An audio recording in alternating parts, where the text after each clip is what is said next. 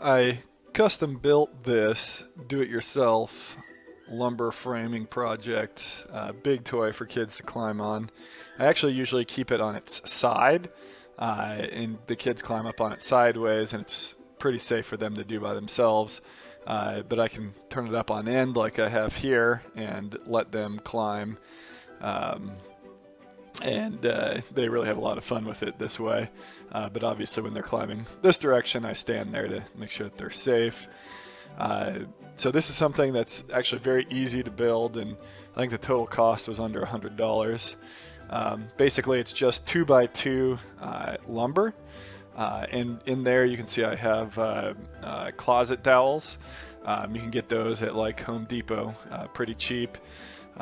And then you can see I just use screws, screwed in the 2x2 frame together, and the wooden dowels.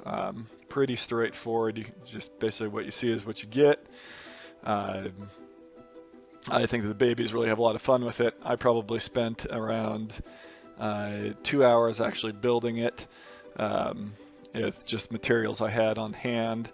Yeah, and it's one of their favorite toys. They play on it every day.